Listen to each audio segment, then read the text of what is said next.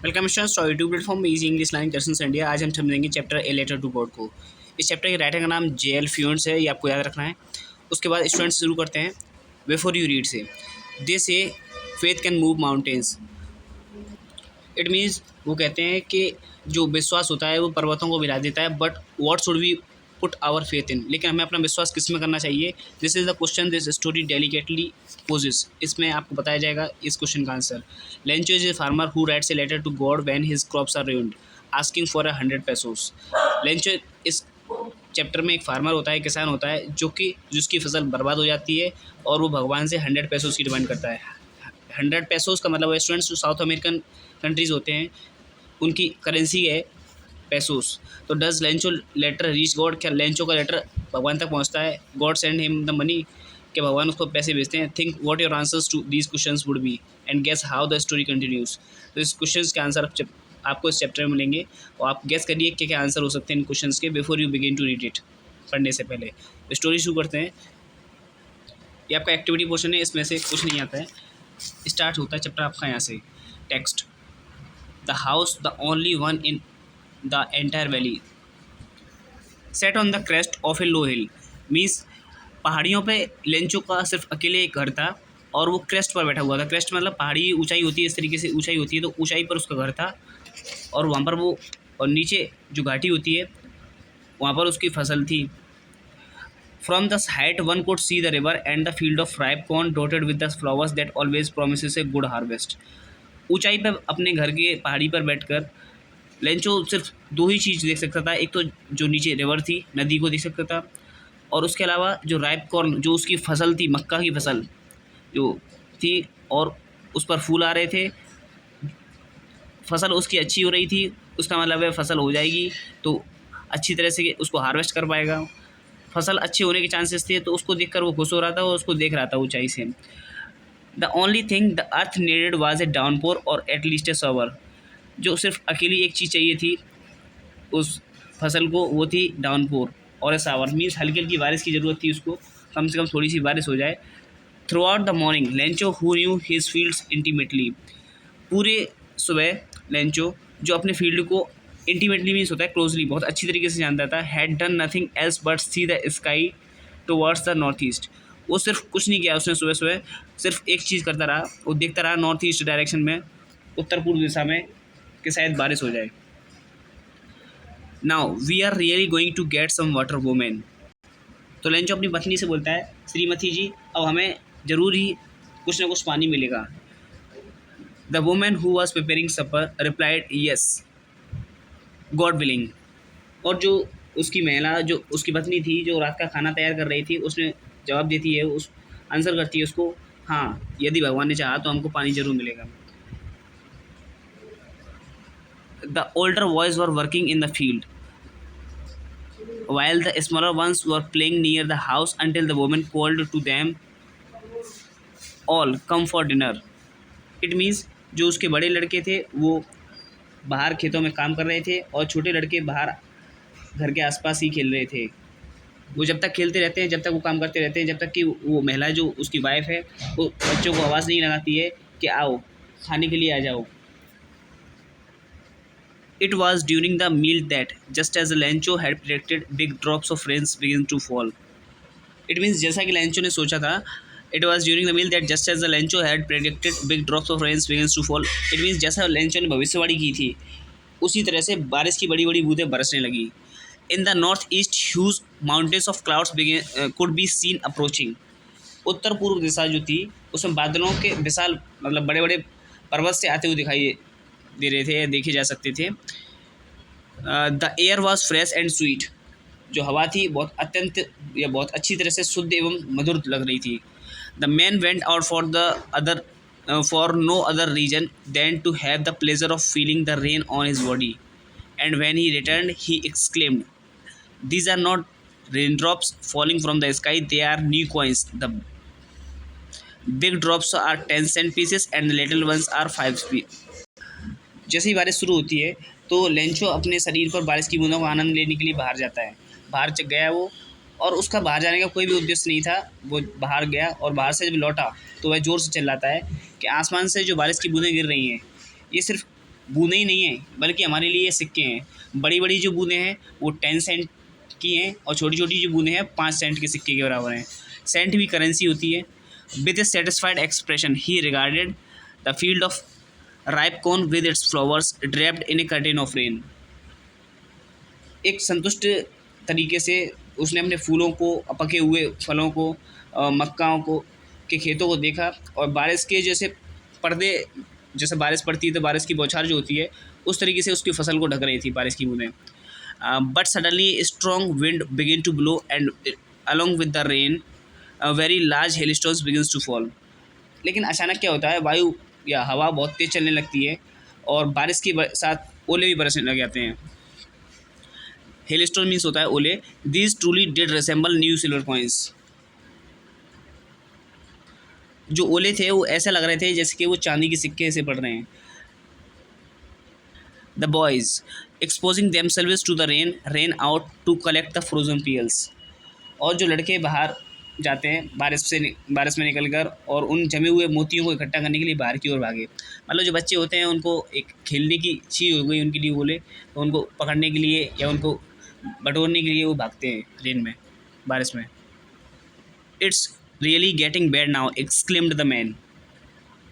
वो जो लेंचो होता है वो बोलता है या वास्तव में बहुत बुरा होता जा रहा है, बहुत आश्चर्य से चिल्लाता है।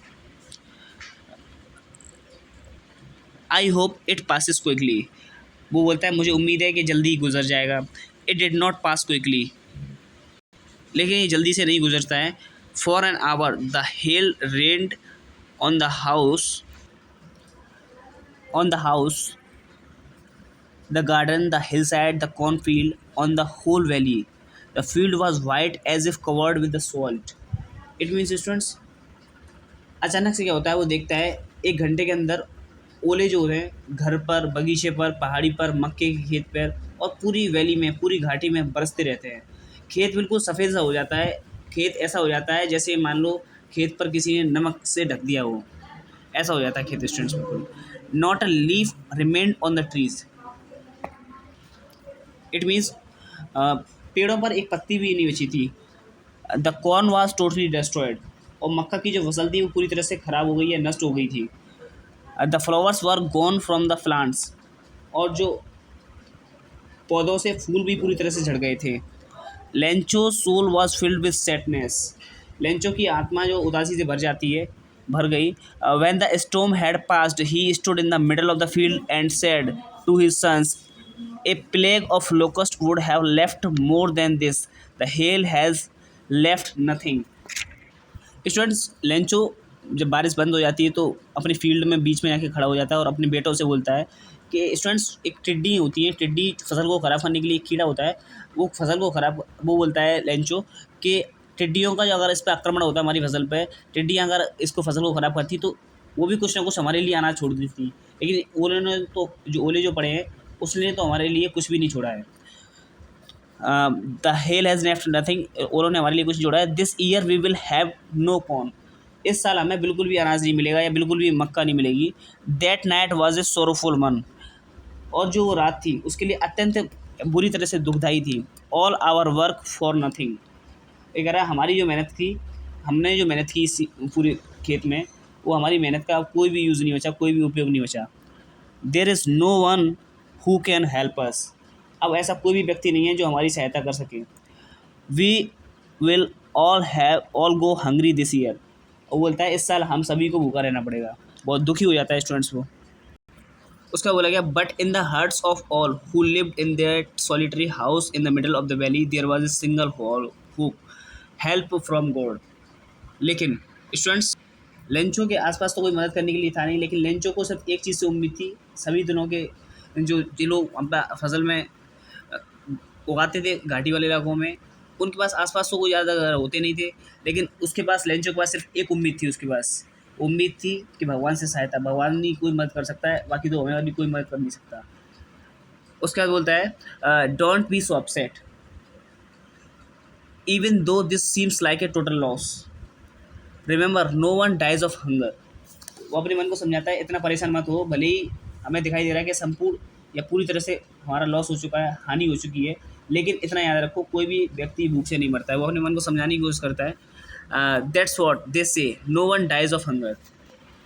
यही वह बात है जिसे सभी लोग कहते हैं कि कोई भी भूख से नहीं मरता है। सारे लोग उसको समझाने की कोशिश करते हैं, उसके घर वाले भी, और वो भी अपने मन को समझाता है। All through the night Lencho thought only of his one hope, the help of God, whose eyes, as he had been instructed, see everything, even what is deep in one's conscience. उस दिन क्या होता है, पूरी रात Lencho सिर्फ एक चीज़ के बारे में उम्मीद करता रहता है, भगवान से सहायता। पूरी रात वो एक ही उम्मीद करता है, भगवान से सहायता। भगवान से सहायता के लिए देखता रहता है, वो मदद की उम्मीद करता रहता है भगवान से। और वो सोचता है मन में कि भगवान की जो आँखें होती हैं वो हर किसी को दिखती हैं। भगवान तो ये भी हमारी अंतरात्मा, कॉन्साइंस मीन्स होता है अंतरात्मा, हमारी अंतरात्मा में जो चल रहा है उसको भी भगवान पहचान लेता है। Lencho was an ox of a man working like an animal in the fields. वो कहता है कि लेंचो सोच रहा होता है मन में, लेंचो एक मेहनती आदमी था जो कि अपने खेतों में जानवर की तरह काम करता था, but still he knew how to write. जानवरों की तरह काम करता था, लेकिन इसके बावजूद भी वो लिखना जानता था, थोड़ा बहुत लिख लेता था वो। The following Sunday, at daybreak, he began to write a letter when he himself would carry to town and place in the mail. It was nothing less than a letter to God. अगले ही रविवार का दिन निकलते ही उसने पत्र लिखना शुरू कर दिया, और जिसे लेकर वह स्वयं भी शहर गया और डाक में डालेगा। वो सोचता है, और यह भगवान के लिए एक पत्र से कम नहीं था, भगवान को एक तरह से पत्र लिखने की कोशिश करेगा वो। God, he wrote, if you don't help me my family and I will go hungry this year. I need 100 pesos in order to sow my field again and to live until the crop comes because the hailstorm and so on. तो students वो लिखता है, हे ईश्वर, पत्र में लिखता है, उसने लिखा, हे ईश्वर, यदि आपने मेरी सहायता नहीं की तो मेरा परिवार और मैं स्वयं इस साल भूखे रह जाएंगे, मतलब भूख से मर जाएंगे। मुझे अपने खेत में फिर से फसल बोने के लिए, और अब जब तक कि नई फसल ना आ जाए तब तक के लिए 100 पैसे उसकी ज़रूरत है, या 100 पैसे उसकी आवश्यकता है, क्योंकि ओलों की वजह से मेरी पूरी फसल ख़राब हो गई। इस तरीके से वो लिखता है, ये सारी चीज़ें लिखता है उसमें।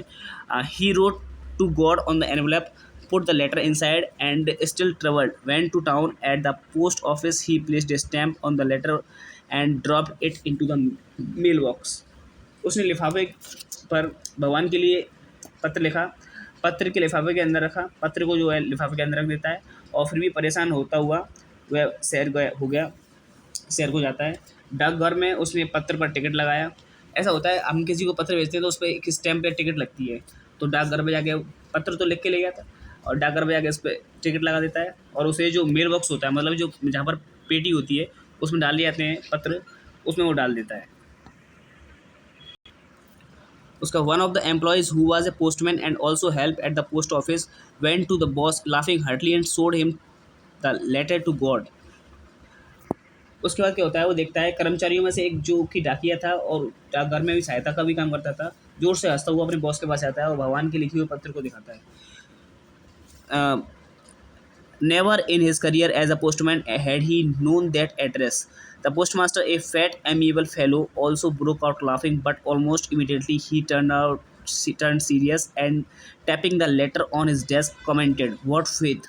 I wish I had the faith of the man who wrote this letter, setting up a correspondence with God." It means, students, वो दिखाता है, तो उसने अपने जो डाकिया था उसने अपने पूरे जीवन में ऐसा कभी पत्र ही नहीं देखा था, या ऐसा कोई पता नहीं देखा था कि जो भगवान तक आता हो। पोस्टमास्टर जो कि एक मोटा और मिलनसार व्यक्ति था, वो जोर से हंसने लगता है उस डाकिया को देख के और उस पत्र को देख के, लेकिन अचानक ही वह सीरियस हो जाता है, गंभीर हो जाता है।